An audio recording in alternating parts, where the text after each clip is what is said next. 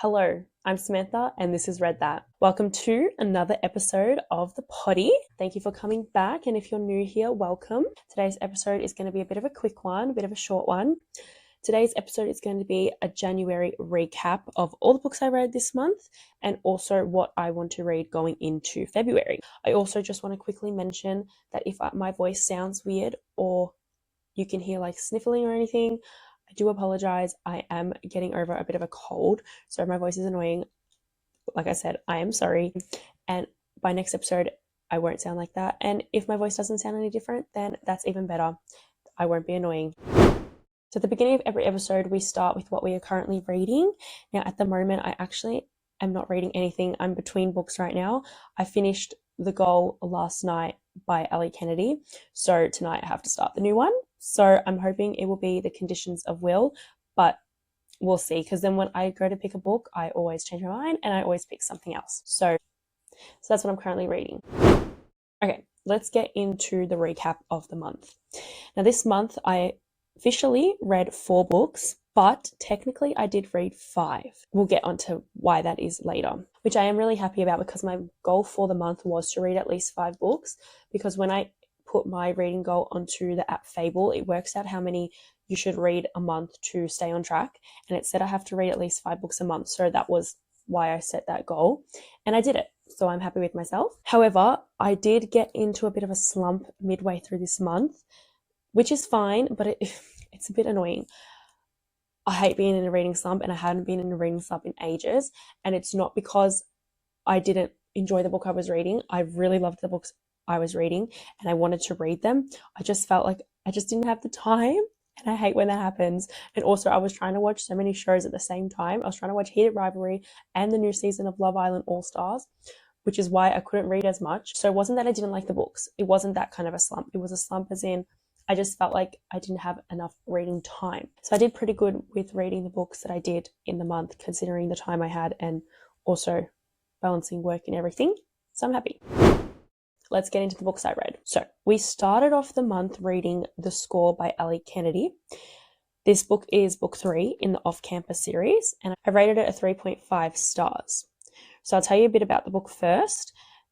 So this book is about a girl called Ali Hayes, and she's about to graduate college, and she's trying to work out what to do next. And she's just broken up with her long-term boyfriend called Sean. They've pretty much been together since freshman year. She's always been the type of person to be in a relationship. So when she breaks up, she decides, you know what, I'm just going to have fun in dating. I'm just going to casually date. So then we have the character Dean de Laurentiis. Now I am well aware I'm pronouncing his surname wrong, so don't laugh at me. He is a hockey player at the uni, and he's your typical player guy. He's always gets what he wants. He's always with a new girl. He's always having one night stands. He's that kind of a person. Anyways, so Ali and Dean end up having a one night stand, and then it was only supposed to be like a one-time thing. Eventually it does go into them being casually dating, and Ali is very hesitant to do it, whereas he wants her really bad. That's all I'm going to say about it without spoiling the book, but I really loved this one and I definitely recommend it. I would recommend the whole Off-Campus series, but this one was really, really good. It was nice and quick. It was an easy read. It was like that feel-good kind of giddy book.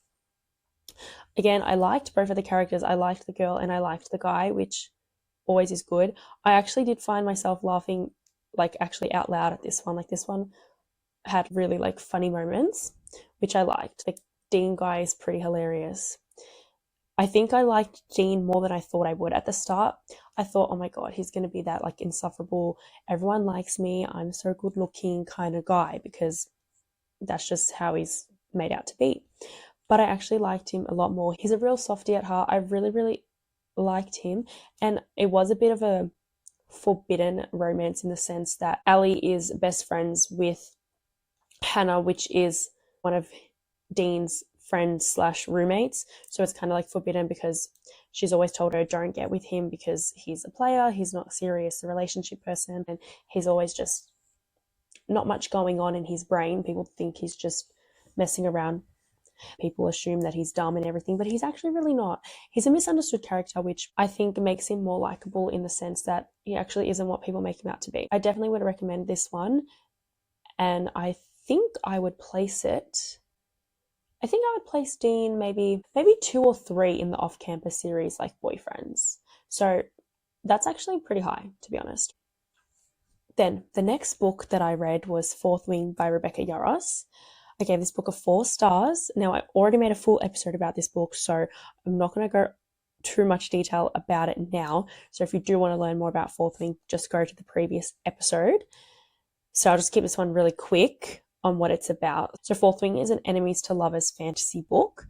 Violet is supposed to become a scribe, and she's going to live a quiet life doing that, but she's forced to become a dragon rider by her mother. Now, Violet is not built for this, as she's more fragile, and people also want to kill her for just being the sovereign's daughter. She creates friends throughout the book, she creates a lot of enemies, and she makes a lover while she's at Basgiath War College. And she just basically has to do her best to survive there, because she'll either graduate from the college or she will die. Now, that's just my quick little explanation. That's pretty much what is written on the blurb. So again, no spoilers, but if you do want to learn more about Fourth Wing or hear more about what it's about, check out the other episode. But I really enjoyed this one, especially because it was my first fantasy book.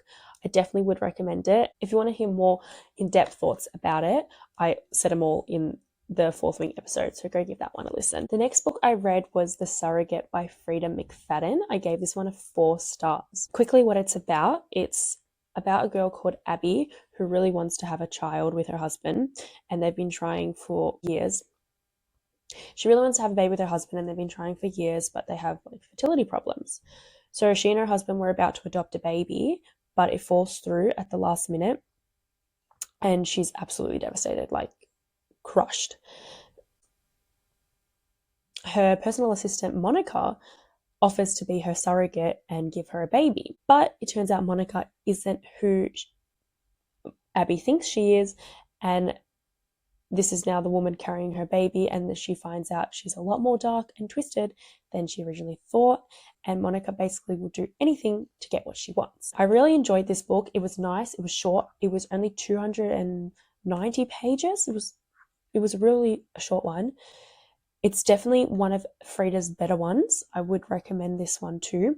The way she writes is very easy to follow, short chapters, very straight to the point. I found this one to move very quickly as well. It had me questioning what was going on, and I found myself trying to create theories on what could be happening. I felt like I was close. I was sort of close to working it out. I like to say that though. I like to say that to make myself feel better and make myself feel smarter than I actually am, that I kind of worked it out. But this one, I actually did have an inkling to maybe one part of what the actual story ended up being. So in that case, I did see one little bit coming, but the full picture, again, I didn't get it. Now, throughout the book, when I was reading it, I was thinking this book had to be a 3.5 star. But once I got to the ending and everything fell in place and the twist finally happened, I was like, yeah, this is a 4 star. The ending is what made it really get to that next level. I liked the Abby character, which is the main character of the book, and you see the book through her point of view. She actually didn't annoy me. A lot of Frida's main character gets slightly annoying sometimes, and then you find out why they're annoying later on. But she actually was annoying. I really liked her. The person I did find annoying was the Monica girl. She was making me so mad. And then her husband as well started to annoy me halfway through, but in the end, he redeemed himself and it was fine. But he was getting a bit annoying there too. I definitely would recommend The Surrogate by Frida as well. It's not my favorite Frida book, but it's not my least favorite. It's in the middle. It's up there with The Housemaid and all that kind of books of hers, I would say. The next book I read was The Goal by Ali Kennedy, which is the 4th book in the off-campus series. I gave this book a 4 stars. I think this one actually might be my favorite for the series. I say that, but then I always think about Logan in book 2 and I go, oh, he could potentially be my favorite. But I think they're neck and neck. Maybe this book takes over. I'm not sure. Anyways, it's about a girl called Sabrina Jones and a guy called John Tucker. Sabrina's a college student and she has her life after graduation planned out. She's going to go to law school and become a lawyer. Tucker is a hockey player as well at the uni, and they end up having a one-night stand, and everything in their life takes a shift. Sabrina ends up falling pregnant, and Tucker wants to have a life with her, but she's very stubborn and resistant and like locked up on emotions, and she tries to push him away. Again, that's me quickly introducing the story without giving you spoilers. I really, really liked this one. I like that Tucker is the one that is like more in love and like more gunning for the girl, where she's more like, I just want like a physical, casual thing. Even when she does fall pregnant, she still feels bad, like she's ruining his life because they're so young. They're only like 20, 21, 22. They're in college or uni, as we would say in Australia, because we're not American here. But for the sake of the book, these people are American. And she's the one to hold back, and she's very closed off, whereas he's very much like gunning for her, which I find so cute. I love when the guy falls harder than the girl in a book. It makes me have faith in men, that men are actually nice, even though these are fictional characters. I really liked them as a couple. I was really getting like, not frustrated, but like, oh my God, Sabrina, just give in and just be with the man. Like, he clearly loves you. He clearly wants to be with you. Even when she's pregnant, she feels like he doesn't love her and like doesn't like her and all that. But he's literally head over heels for this lady before they even got pregnant. Literally, he was love at first sight. So I really, really liked that. I really enjoyed it. Yeah, I really enjoyed it. I think, like I said before, I think Tucker might be my favorite. I think he might be my favorite. I think it might go Tucker, Logan, and then Dean, and then Garrett. If you read all the Off Campus, you would know the series, but I think Tucker might be my favorite. The next book I read, I actually can't really talk about because it's an unreleased book. It's written by my friend James, his next book that he's writing at the moment. I read it. I had a pre-read, which I was very, very grateful for, and I really, really enjoyed, and I loved it. But that's all I can say about it for now. But just know that I've read it and it's good and it's coming soon, and you guys should definitely all read it. But again, that's all I can say for now because it's technically unreleased. So, but I had to put it in my reading wrap up because it counts as a read. Okay, the next part of this episode, I'm going to be talking about the books that I want to read / I plan on reading during February. I probably won't read all of them because I think I have 6 or 7 on this list. 6, 7. So I probably won't get through them all. But a girl can hope. A girl can dream.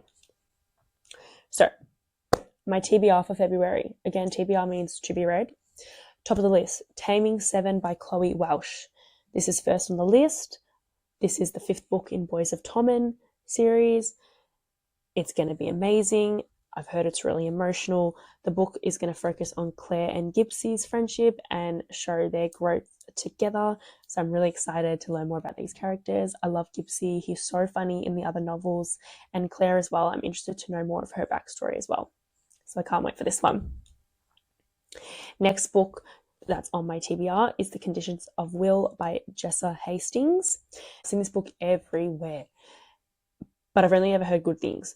Every time I see it, people are either crying or they're rating it like a 5 stars. So I really hope that it lives up to the hype. And this one was chosen by my book club, so that's the perfect excuse to read it now. It's about a girl called Georgia who's going to return to her family after her father dies, and she's going to be faced with secrets and trauma that she's going to have to navigate, while also trying to navigate a forbidden love with her brother's sponsor, Sam. And so she's going to have to basically pick between family and the truth of all the lies that she's going to uncover. So I'm excited for this one. The next book on my list is Dear Debbie by Frida McFadden. Now, this is a new release. This only came out on January 27, I believe. And it's a psychological thriller as well. Apparently, it's going to follow a woman that seeks advice through like an innocent advice column. She's going to write to Debbie. And I'm sure things are going to be quick and things are going to quickly spiral into secrets, and there's going to be heaps of twists. And I hope it brings your classic Frida energy. I hope it's a quick read.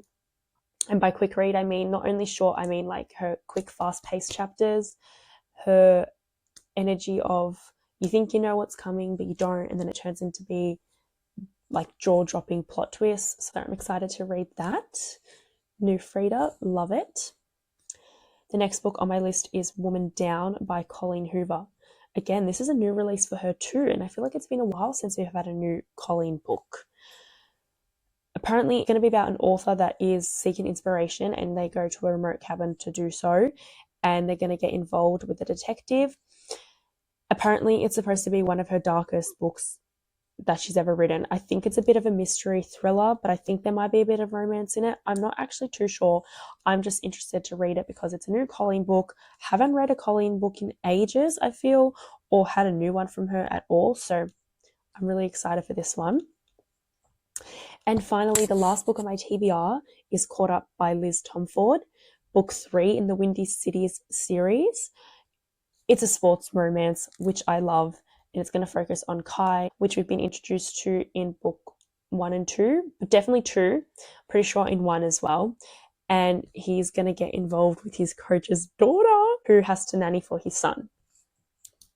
Need I say more? This sounds amazing. I loved book 1 and 2. I'm excited to keep going with this series. So I hope this one is good too. So that's actually only 5 books on my TBR. So hopefully we get to read them all in February, but February is a short month. So if it doesn't happen, that's my excuse. And if they're not ready in February, we'll just move them to March. Now that's the end of the episode. I know it was a quick, short one. I hope it was enough to keep you satisfied for another week. I would love to know what's on your TBR for February and what books did you end up reading in January, and would you recommend them? Were they good? Did they live up to the hype that you thought they would? Were they what you expected? Thanks for listening to another episode of the podcast. I really, really appreciate you listening. It really does mean a lot. I would love if you could follow and rate the podcast on Apple or Spotify. And please don't forget to follow Read That with Samantha on Instagram, TikTok, and YouTube. If you didn't know, I do upload video versions of the podcast on YouTube. So if you would love to see a video version of me, please head over to YouTube. Again, it's Read That with Samantha. Thank you so much for listening, and I hope to see you in the next one.